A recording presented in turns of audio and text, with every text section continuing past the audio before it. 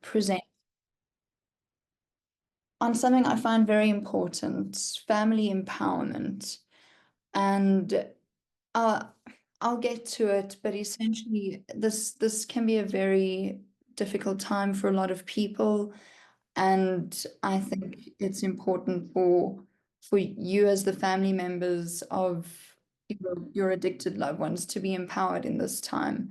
And we'll get to that. And what I want to start with is a bit about the impact of addiction on families. Some things you're probably quite aware of, um, but still important to acknowledge, even in this time where your loved one might be in recovery or currently in treatment, where you might not be aware of these things. So if we look at how families are impacted, I'll cover 2 points. The emotional, psychological impact, as well as then the financial and legal consequences. Okay. So the emotional and psychological impact, just to cross over a few things, it's like chronic stress and anxiety, depression and mood swings, feelings of shame, guilt, and embarrassment, trust issues and difficulty in relationships, codependency and enabling behaviors, emotional exhaustion and burnout, increased risk of developing mental health disorders or mental health issues, and then as well as trauma and PTSD from witnessing overdoses or violent behavior or traumatic incidents that your addicted loved one may have been involved in, and therefore you involved in as well. And it can be quite difficult at first to realize this impact, because these behaviors and feelings that come up become quite the norm for us. So if we look at it, it can be devastating, right? We endure as families a roller coaster of emotions. And these examples give from fear to anxiety. So in one situation, I may be fearful for my life or to be hurt by my loved one. And then that turns into anxiety, a more serious and deeper feeling. From anger to guilt, I can be angry with someone and later feel bad for doing that and feel guilty. And then from frustration to sadness, similar situation, angry and frustrated, and right now online, but just no end. And then the sadness can set in. Okay. So no, I'm saying that communication before I this joined roller this meeting. coaster of emotions kind of erodes relationships in families, right? It breaks them down. Conflict, enabling, codependency, and feelings of helplessness start to arise. So conflict, we're fighting with one another, we're arguing. Enabling might be when that fear turns to anxiety or the anger turns to guilt, and then I begin to enable my one. Say everything's okay, everything's going to be all right. I'll help you. I'll get you through this, and perhaps enabling behaviors like covering up for them in certain situations with police or with their workplace or other loved ones, wives, husbands, children, and enabling in those situations. Codependency, you might begin to feel like you need to help this person, and that is a part of your identity now, is helping your loved one. And that becomes your responsibility. If I don't have this person, and if I'm not helping this person, what is my purpose? Why am I here? And that's how codependency can become quite dangerous. Obviously, also a lot of enabling behaviors in that. And then feelings of helplessness. Maybe you've tried this so many times. You're trying to control their behavior, maybe control their addiction, try whatever you can to stop them from using or control and cut down their using. And then helplessness arises, right? I've tried everything I can and nothing's working. So like I mentioned earlier, stress and unpredictability become the norm in your household. And this is what contributes to mental health issues for family members, right? Such as anxiety, depression, and post-traumatic stress. Okay, moving on to the financial and legal consequences, just to brush over a few, can include a depletion of your savings and retirement accounts involved in helping your loved one financially, job loss or reduced income due to caregiving responsibilities. So again, that codependency, I feel like I need to take care of this person. They need me, they need my help, and maybe they acknowledge that help, and that feels really good. But now I'm slacking at work, so I might lose my job, or I might have a reduced income. Okay, an accumulation of debt from supporting the addicted family member, sure. How maybe paying off drug dealers, paying off bribes, trying to get them out of any and every situation possible. Then we've got costs associated with addiction treatment and rehab, which is quite a costly exercise. Some people, it takes a few tries to get it right, and that's fine. But yes, it's a costly exercise. Then legal fees for drug-related offences or custody battles, court orders. It mentions that there are custody battles if children are involved. If they've got a case open against them, criminal or civil, that they've injured someone, and you might be taking on these legal fees. Then we've got property damage and theft. And this is sometimes a cost we don't even think about. The things our loved ones steal out of our households or from other family members and friends. What cost is that? And how have you maybe tried to cover that up? Then potential criminal charges for aiding and abetting illegal activities, such as paying bribes, again, also involved in court orders and things like that. So more on financial and legal consequences. Addiction in the family often leads to severe financial repercussions, such as draining of savings, job loss, or significant debt. These costs that can be incurred due to supporting an addicted loved one include treatment expenses, legal fees, property damage. And in addition to the financial repercussions, families risk facing legal consequences if their loved ones engage in illegal activities to support their addiction. Okay, like we said, possibly paying off bribes, paying off drug dealers, getting in trouble with the cops, driving drunk, so on and so forth. And these consequences specifically are often directly related to enabling behaviors, in aiding or covering up for their addicted loved ones.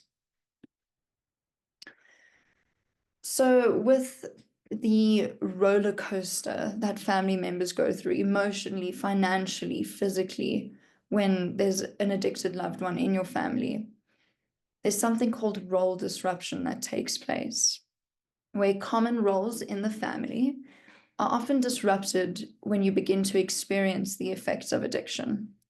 So this is a good to know, just to know, and I want to maybe keep in mind what kind of role you've taken on in terms of when you've had to deal with having an addicted one in your family. So we've got the enabler, which we've spoken about quite a bit, protects the addicted loved one or the individual from their consequences. We've got the hero, and the hero overcompensates to maintain family image. We've got the scapegoat of the family. They become the blame carrier. It's my fault. I should be looking after them. I should be knowing what they're doing, maybe tracking where they're going. So it's my fault that they're doing what they're doing and that they've got so involved in drugs and alcohol. Then the lost child in the family, they're the ones that withdraw emotionally. They're kind of sick and tired of being sick and tired within their family and also seeing their loved ones being sick and tired. So they withdraw completely. And then we have the mascot of the family who uses humor to deflect pain. Okay, so keep in mind going through those things, perhaps what role you've taken on in this process. And from looking at the impact, I now want to move on to empowerment. If we have a quick look at what the definition of empowerment is, it's the process of becoming stronger and more confident, especially in taking control of your life and your family, taking control, controlling what everyone does, where everyone goes, how you behave, maybe walking on eggshells in your own household, essentially.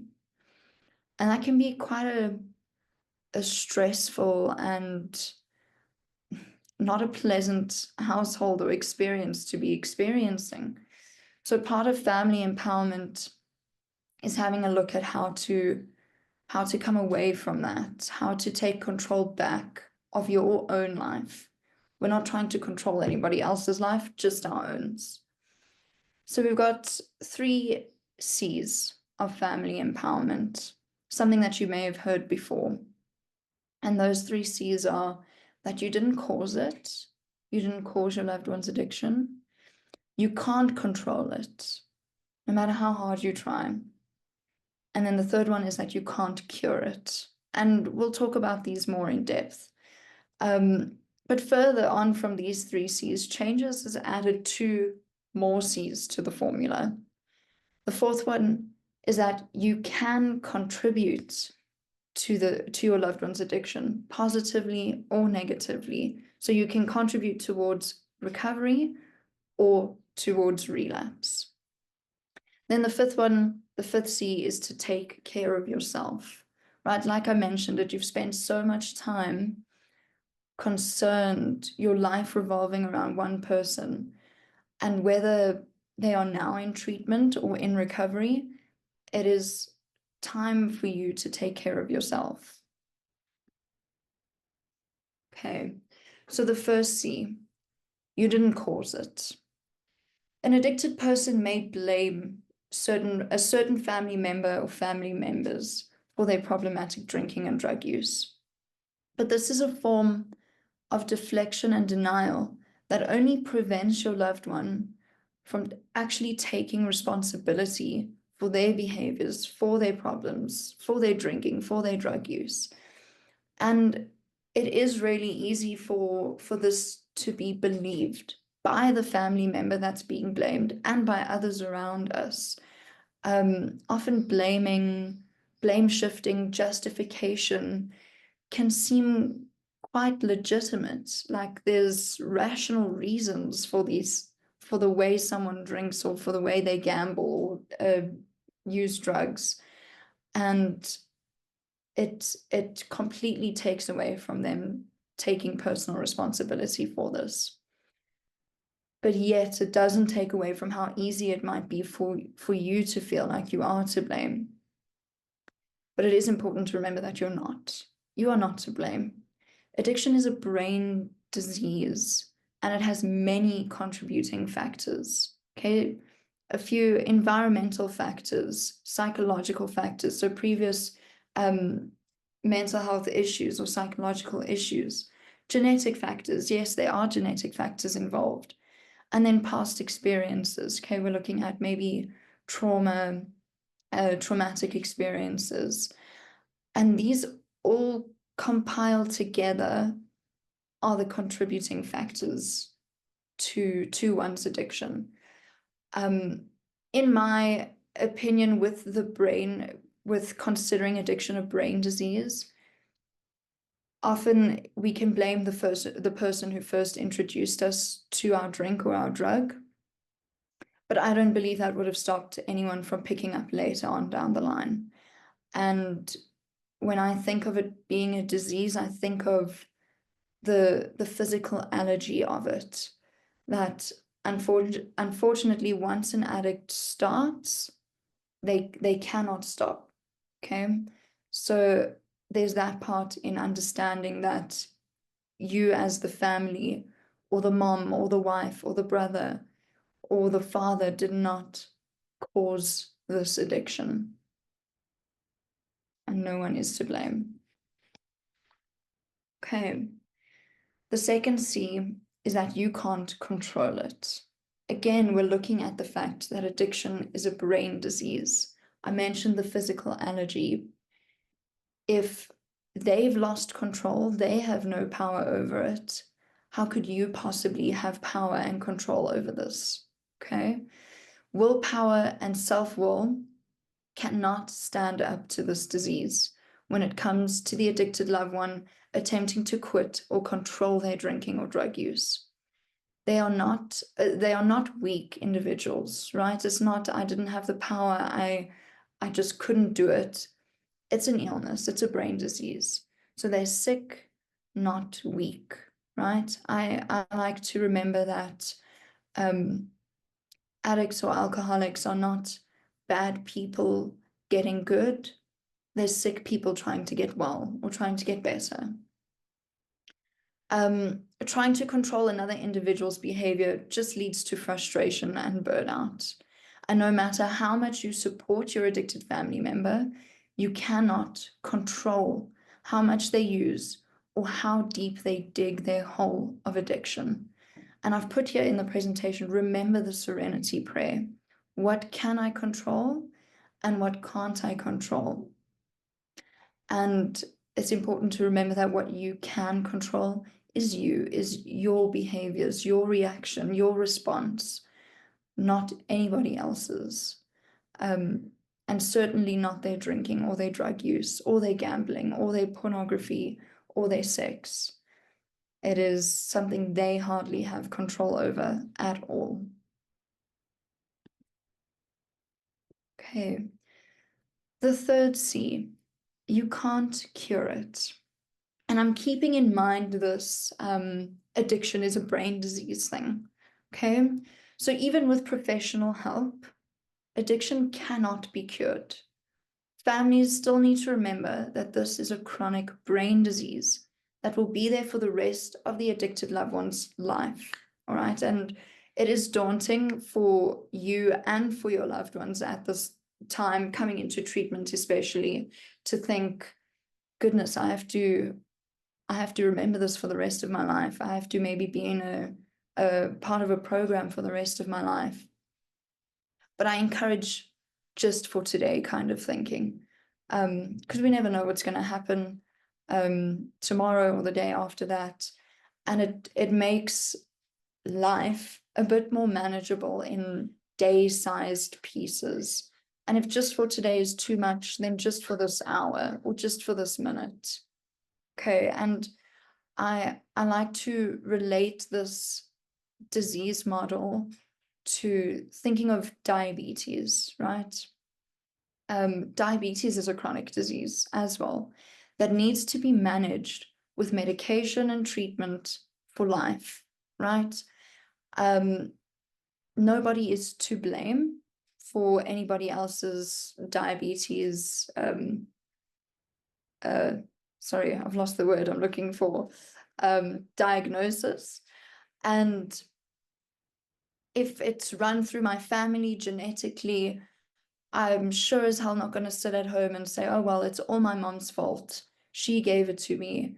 And now I can sit here and not do anything about it, right?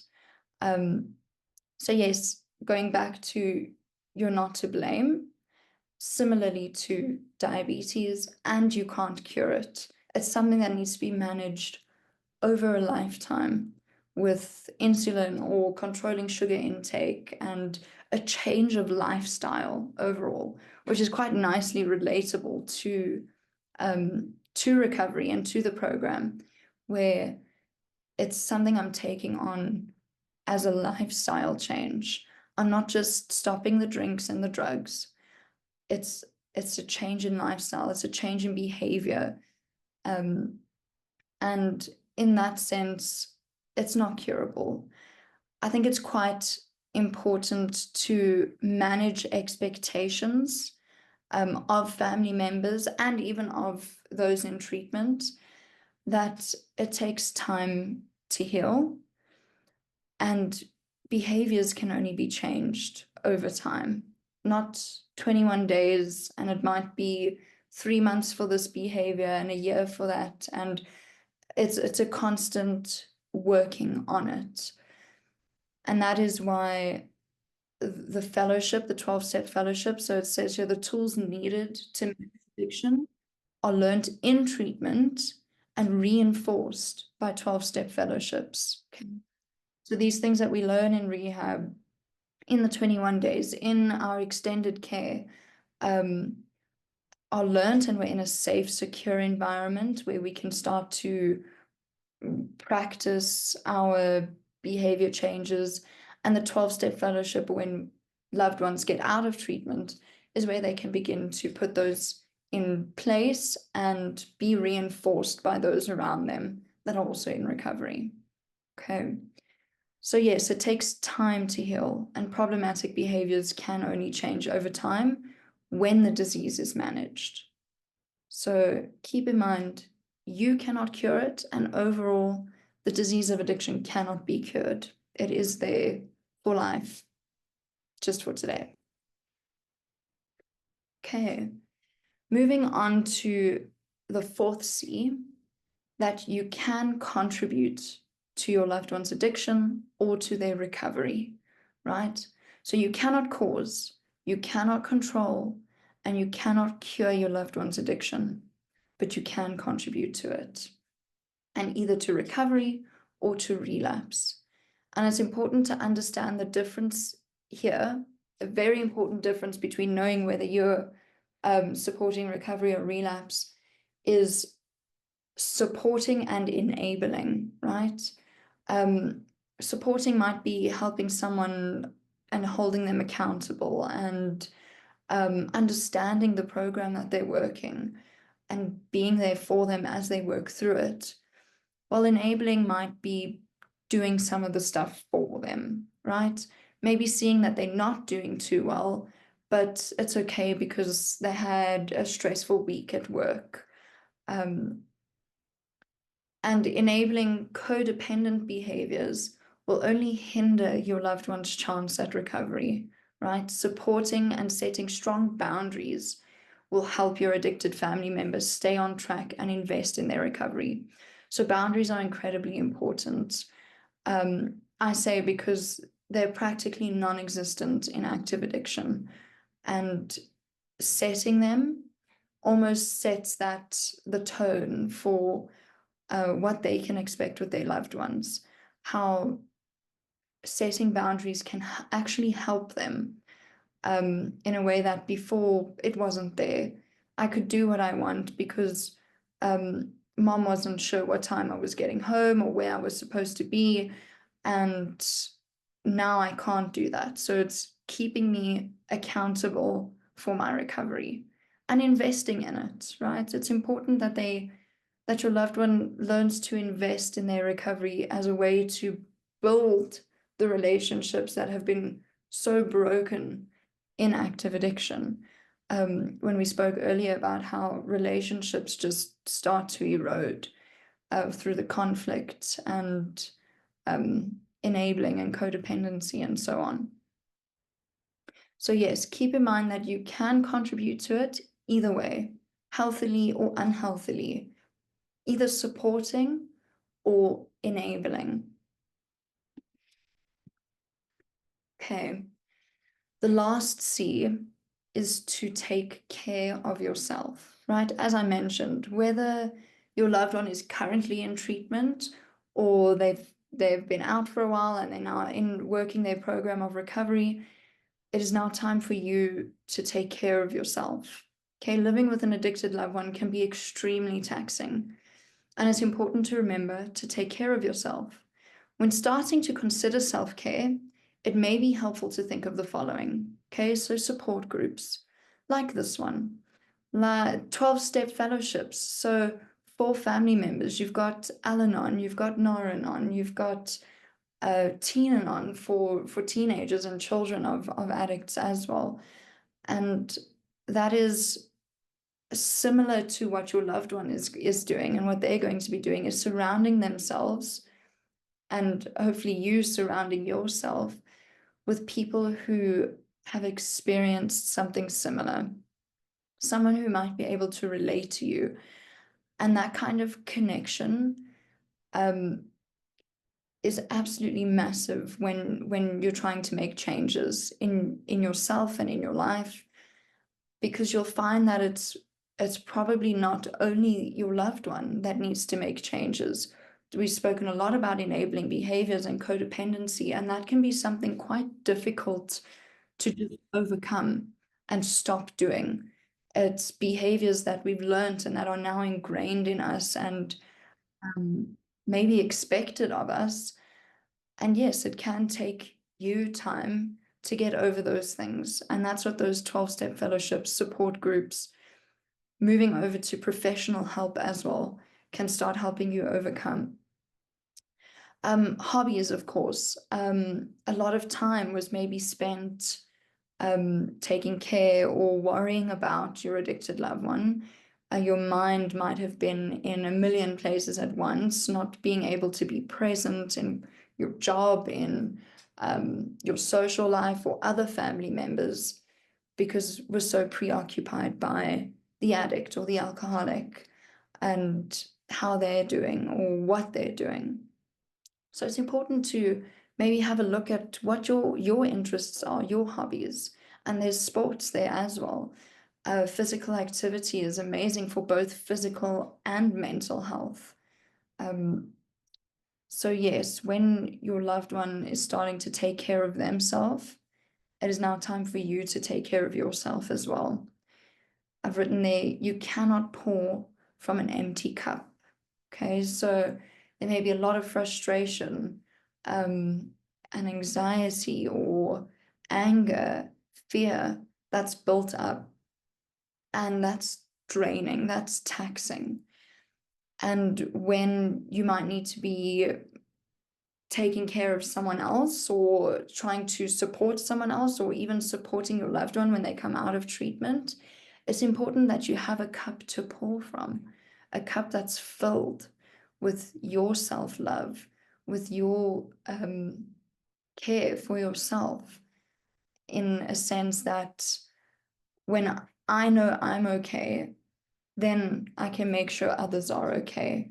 That typical aeroplane analogy where when the oxygen masks drop, I need to actually put the oxygen mask on myself before I put it on my child.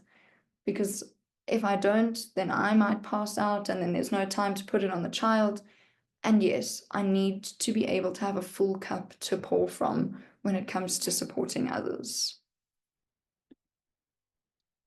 Okay, so some helpful resources, as we spoke about some support groups and 12-step fellowships as well. Tough Love, Al-Anon is for loved ones of alcoholics. Nar-Anon, the Narcotics Anonymous, similar to Al-Anon. Codependence Anonymous, a full 12-step program on recovering from and overcoming codependency, because codependency is considered almost a relationship addiction or a love addiction, in that sense of needing to have someone to be who I am, right? And then finally, obviously, Changes Addiction Rehab. We've got our support group. We've got tons of resources and information on our website as well. And I would keep on encouraging people to join these family support groups, even if your loved one is not in treatment anymore. I think from my side, Cora, what I found so interesting was the role aspect. Maybe if you go back to that slide, in particular, I think something that often happens that I see with families is they say, this family member, Johnny, for example, let's just say, he's gone quiet. He's gone quiet, and I think for me that lost child role stands out so strongly sometimes, but it's also one that's so easily forgotten about. Because we think this person, it's just the way they manage with their anxiety, it's just the way they manage with stress, with mom or dad's addiction, or with the loved one's addiction. And for me, I think that role is often neglected, often not seen, goes unheard. All we see is really just that they've withdrawn on some aspect, but we seldom, I think, acknowledge just how much they may be going through. in those times. And I think Mm. part of their empowerment process really is just acknowledging some of the difficulty that they may be facing, even just acknowledging, that quietness, that withdrawal. And I think that lost child title might be misleading, because the lost child could be the husband of an alcoholic wife, and he's been forgotten in the process of children trying to come in and sort out the situation, or um, aid in getting mom into recovery, where dad almost gets left behind or lost in a sense. So I think just to not take the child aspect of that not too seriously, because it can really be anyone in that situation where they're withdrawing, they're getting lost, they maybe also have this feeling of hopelessness and have kind of said, I can't do this anymore. Hmm.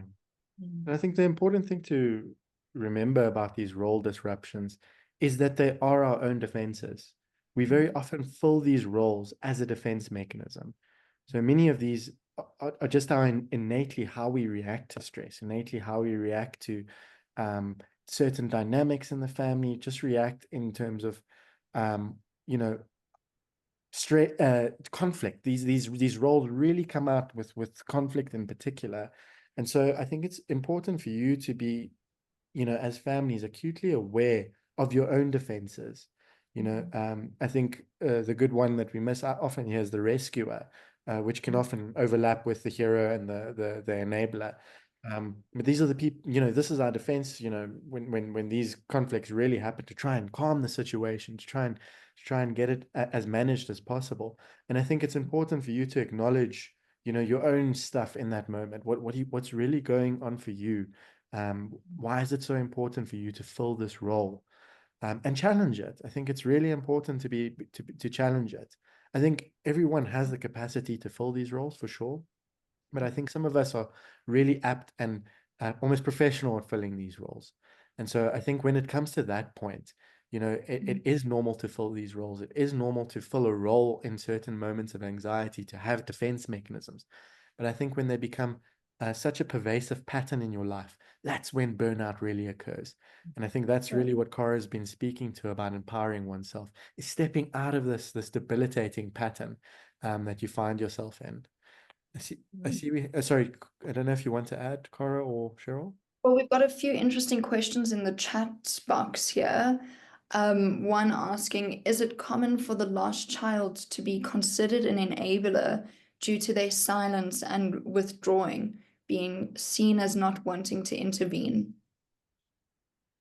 And I think that's quite an interesting question, and I can agree to it in a sense. It's almost similar to the bystander is on the same level as the abuser in a sense, right? Where I'm seeing something and I'm not doing anything about it. And absolutely, it can be a form of enabling, in my opinion, to a sense of I'm allowing this behavior to continue. If I'm not doing anything about it, I'm allowing it to continue, and therefore it is absolutely a form of enabling. And I think we see it so often with patients. They say, I didn't lie, I didn't actually say anything. And I think in those moments of pure silence, that's when we're most denying or lying, or really not actually speaking to the gravity of the situation. But conspirators in some sense. There's And another isn't the role, sorry, Cara, question. isn't the role disruption also a form of shape shifting? Because, listening to you and reading, we know people who were the lost child, who were the addict, who was the codependent. Then we'd have a parent who was very firm, very tough, very strong, and the other parent might have been the marshmallow, the softie, and then they shifted. And then we've watched these like really tough, defensed parents, loved ones, almost fight with us because they're moving into a different role. They're moving into like more of a codependent, enabling kind of role. So I think it's really important to understand that we don't have to define ourselves just as an enabler or the hero or the lost child, the scapegoat, the hero, mascot. Because I think, Calvin said the word earlier, defense mechanisms, and they're there for a reason. We build defense mechanisms up due to trauma, pain, fears, historical experience. So to, just put yourself in one category, I think we might be sort of selling ourselves a bit short, because as the addict elongates his process, so does the family elongate theirs and take on different roles. And it really depends on the mirror that the addict alcoholic is showing to the family. So it's almost like we mirror their defense mechanisms. And what I think we have found in our history is however we coped prior to the addiction is how we cope in the addiction. We just don't see it. And, that's why sometimes I call addiction a gift, because it brings about the spiritual opportunity to heal. And you might think, no, nonsense. How can you call what I live with a gift? And sometimes one of those gifts is just identifying what role we have played, what role we are playing, and why do we do what we do.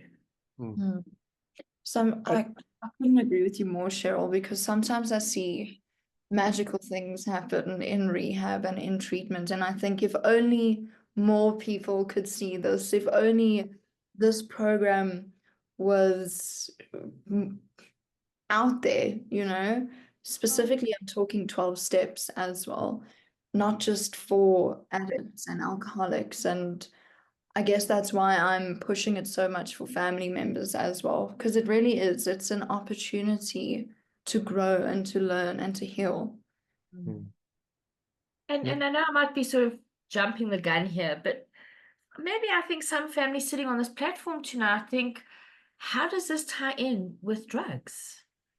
Surely you just stop the damn drugs, listen, and we'll deal with all that other stuff later. But it's part of the recovery process. I know when I first got told you got to take care of yourself, I literally told the woman in graphic words what to do with herself, because she didn't understand. I had this massive catastrophe happening at home, and she was telling me self-care. Don't talk crap. You can't do that. You've got to get involved. So the hero was very comfortable for me. And then there was a shift. And then I didn't like what I heard then. And I would find fault with the treatment center, the therapist, the 12-step group, because surely the drugs were the problem. And I think what we are trying to do here weekly is say, unfortunately, the drugs became the solution, and we are uncovering all the other problems. And because of behavior, we have to do what we do. People go to treatment, addiction treatment, for taking drugs. But it takes us 3 to 10 days to get them off it. And then it takes a lifetime of managing thoughts, feelings, and actions. So, we often hear, and we sort of banter in the office. You all know one of my pet peeves is when our patients say to their families or us, I've got this now.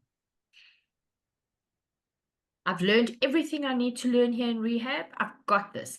And the parents go, thank you. I've been waiting to hear this. It's not a disease of getting it. They didn't get the disease. They're not going to get recovery. It's about how much work are they willing to do and face the truth of the different roles. And we often say to families, we need you to support recovery And that means challenging behavior. Because think about it this way, if somebody took drugs and didn't change their mind, they just went into a happy place in their head, and they went and they slept and they went to work the next day, and they paid their bills and they didn't steal and lie and cheat, would we all be on this platform? No. I'd be watching some cooking channel. Hmm.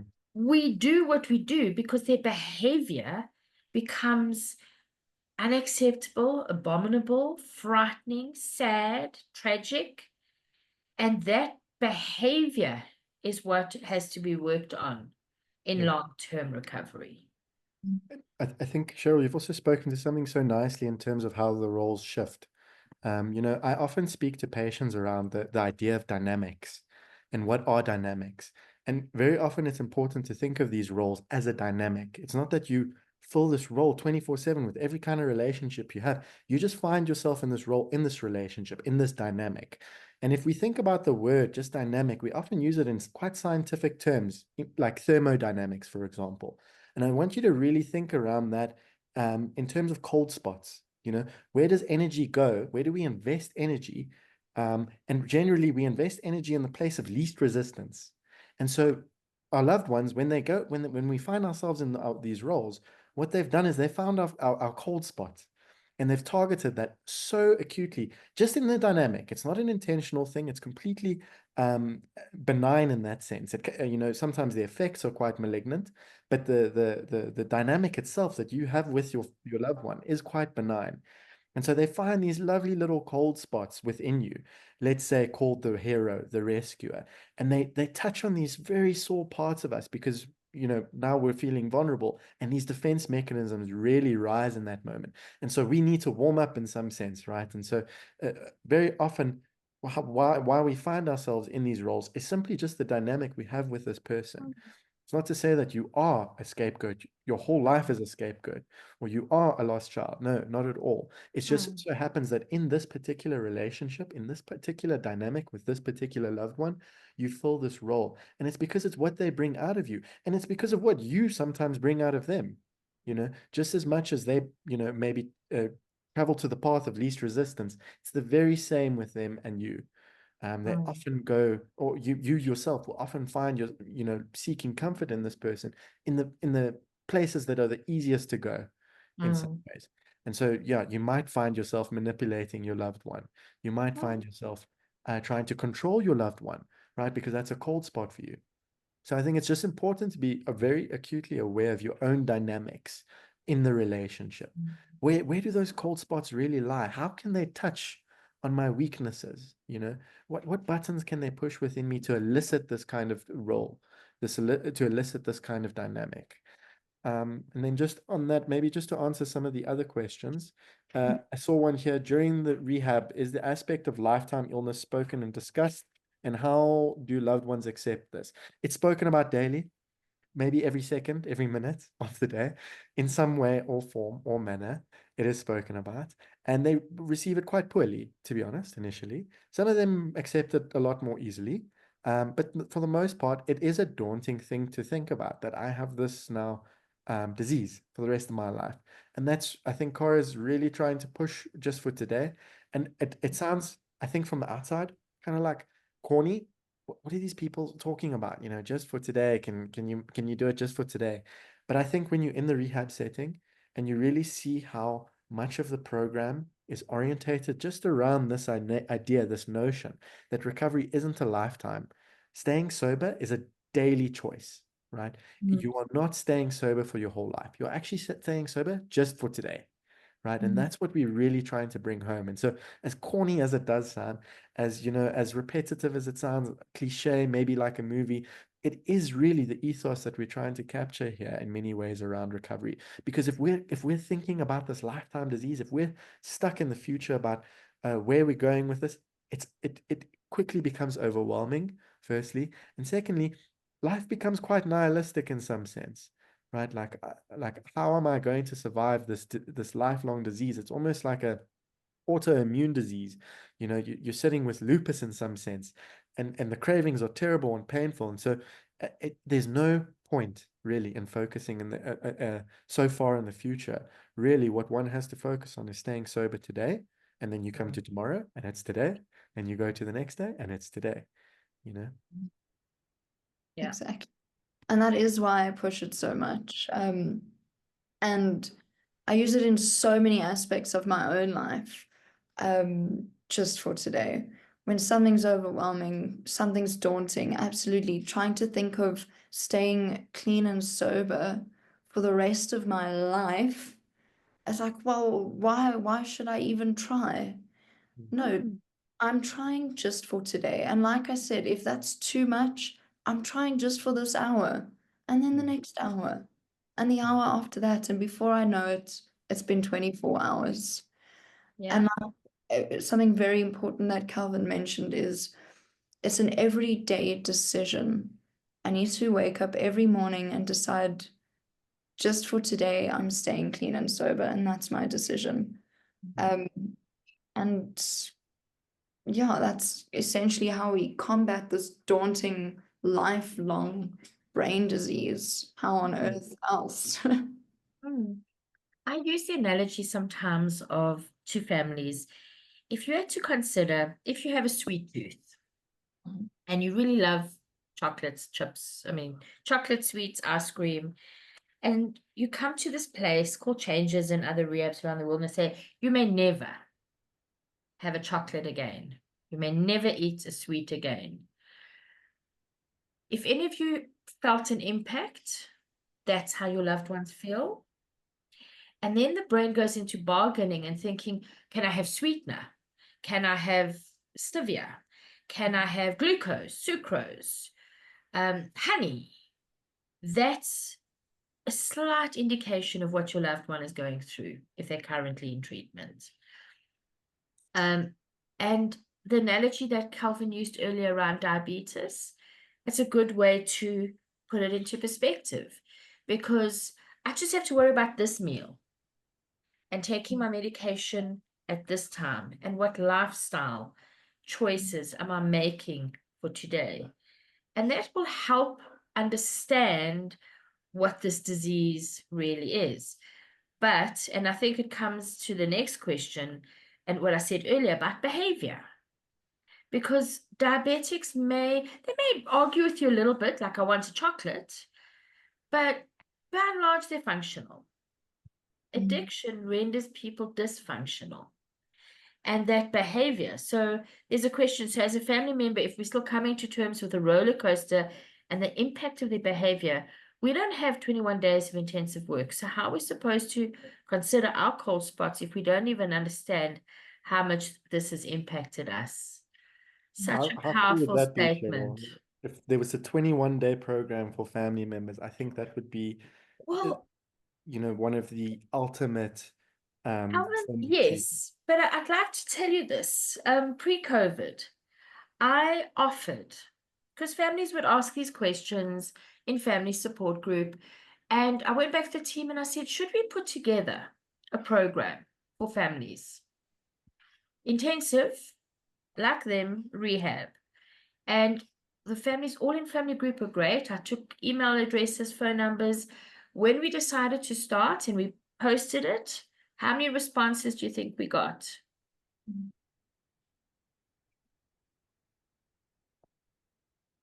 10, 20, 30? No. No one. Zero.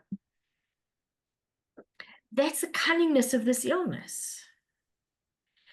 If we'll put them in treatment for a year, we'll go and do a court order because we are done, we're exhausted. But if I say to you, okay, you take 21 days out of your life, book into a treatment center and do the work that we do with your loved ones, how many excuses come to mind? My family will fall apart without me. Who's going to make the money? And there's hundreds of those dynamics. So earlier we said it, and Carah spoke about the support groups. That is the only solution we have. And nowadays we're very blessed with Zoom. There's a support group in a country, an English-speaking country every single hour of every day throughout the world. So we can, when I started, I would travel as far as Bloem to go to a support group meeting because there weren't any meetings. I would go to Pretoria twice a week because that was where there was another meeting. So we have to set a program for ourselves. What are we going to do to understand this? Because you've got to understand it logically, organically, but then we've got to feel it, the impact emotionally. Good. And even if we gave you a 21-day program or manuals with everything we all know in, we still, and you'll hear it at the end, we say to you, no matter what you do, we do or say, we can't bypass the process. We've lived with this for a long time. We are traumatized. But it's up to us to get better for ourselves. And that takes time because we have our own defense mechanisms. We have beliefs. We have practical struggles, financial struggles. We'll quickly put somebody into treatment. But think about it. If I called all of you on this platform tomorrow morning and say, right, I'm booking you into treatment, how many of you would say yes? Tomorrow. Not planning, tomorrow.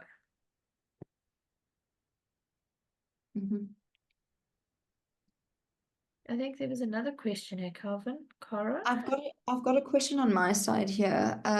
How do you work around having an enabler who is a parent, but also an addict themselves, who's in denial about their child's addiction and their own addiction? Okay, child is the one in rehab, not the parent.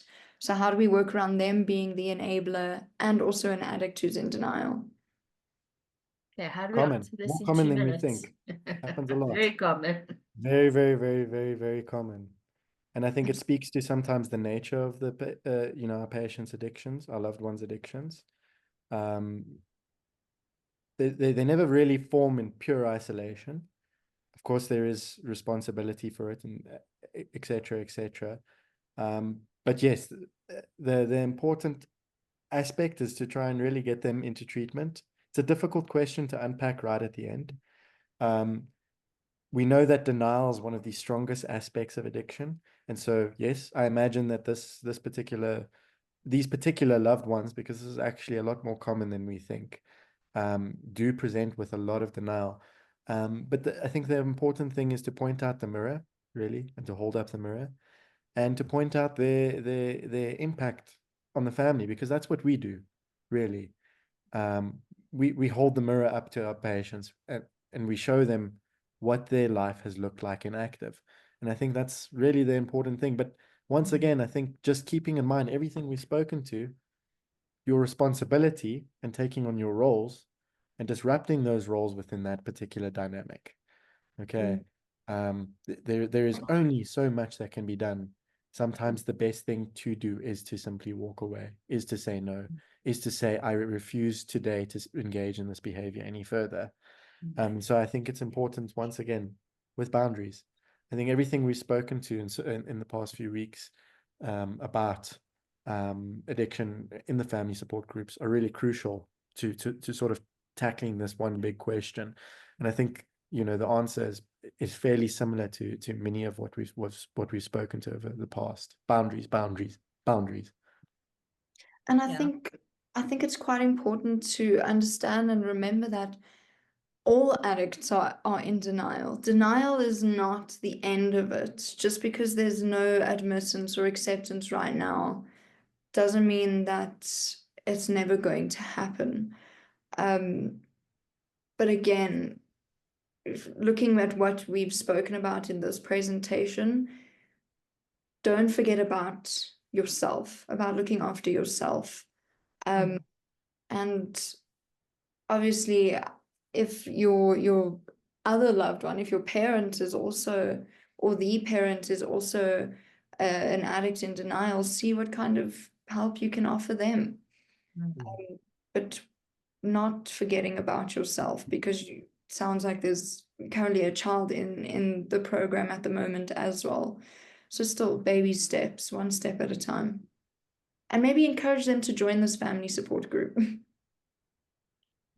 Yeah, my advice is very simple. Professional help all the way. Can't do it on our own. I consider support groups professional help because people who've been through it understand one another. It's a very messy and complicated dynamic, but sometimes we have to take one, like we do one day at a time. We've got to treat one addiction at a time, and they don't run concurrently.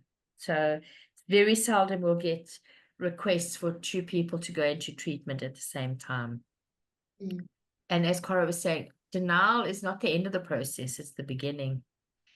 So we've got a way to go. But it doesn't mean that all help is not available. And I think it's one of the things we struggle with the most. I often say to the team, why did people wait so long? Why did it get so out of hand? And that's because we don't know what to do with denial. That's why we get help. Absolutely.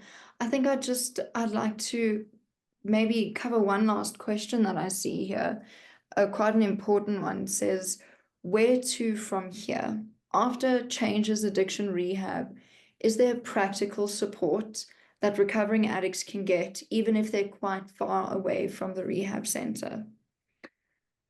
And I think that's exactly where if secondary treatment is, or extended treatment is not an option, that's what the program is for. That's what the meetings, 12-step fellowship meetings are for. That's the support that we encourage every single one of our patients to go to take on. Like I mentioned, being surrounded by others who know what we've been through, making connections with new people, different people, and that form of connecting with others in a sense where they know what I've been through, I know what they've been through. It creates such a beautiful, solid foundation where good, healthy work can be done. Yeah, always after Changes Addiction Rehab's primary care facility, I would always recommend any other form of treatment further, not just relying on the program as something to sustain them moving forward, especially if it's their first time in treatment and they don't know, they haven't done this before, they don't know the program. So extended treatment would be my my suggestion. And family support group ongoing. Not stopping. Carry on. Everybody's welcome to use this platform permanently. Every Tuesday night we'll be here. And the loved ones, your addicted loved ones, they need more treatment. That's just the bottom line. So whatever's affordable, whatever we can do to help. So we do offer online aftercare. We offer online long-term recovery groups called Living Recovery, and meetings are also online. If you're staying in a far out place, or even if access to signal is bad, they can listen. There is hope and help, but long term. We've got to get our heads around this disease didn't develop overnight. It's not going to be treated after 21 days. Absolutely. I think we need to start winding up if there's no more questions. Yeah. Okay. There is one more if we'd like to go through it or start closing up. If we can go through it quickly. Okay. The question is, when the scapegoat in the family is subjected to violence from the addict, where can they get help? From when the scapegoat does not have finances to move out, nor a job, nor family to assist. So that role, the scapegoat in the family, being subjected to violence from the addict. I'll try and answer this very quickly, if I may. I don't think it's just the scapegoat that gets subjected to violence. I think it's very common with addiction. So whether we can afford treatment or not, there's still government help, there's 12-step help, court order help. And if you need that information, please contact our helpline and they can direct you in other areas. We also have the internet, which is a hive of information. It's not easy. You know, government support is not that accessible. It's there, but you got to fight for it. The 12-step fellowships, Tough Love, Al-Anon, Nar-Anon, they're all pretty much free of charge. So you can get help there. And then the addict can get help.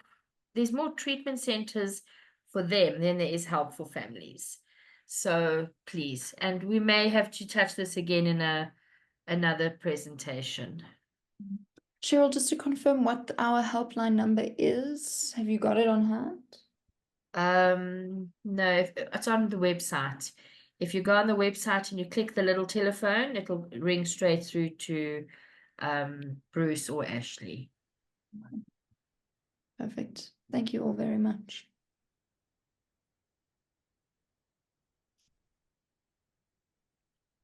Okay.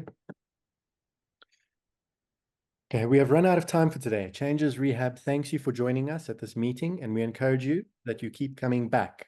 The opinions expressed here were strictly those of the persons who shared them.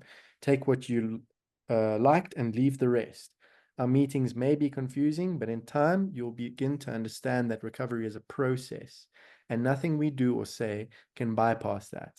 You may not like us or what we have had to say, but you may grow to love us the same way we can love you. None of us asked for this disease to be present itself in our family, but since it is here, and even though we avoid blame, we endeavor to accept that we may have become a part of the problem, and it is our personal choice if we are to become part of the solution. Thanks to all who shared, and thanks to all who listened. Please keep coming back, and it works if you work it. Tough times don't last, tough people do. Changes Rehab thanks you for joining us, and we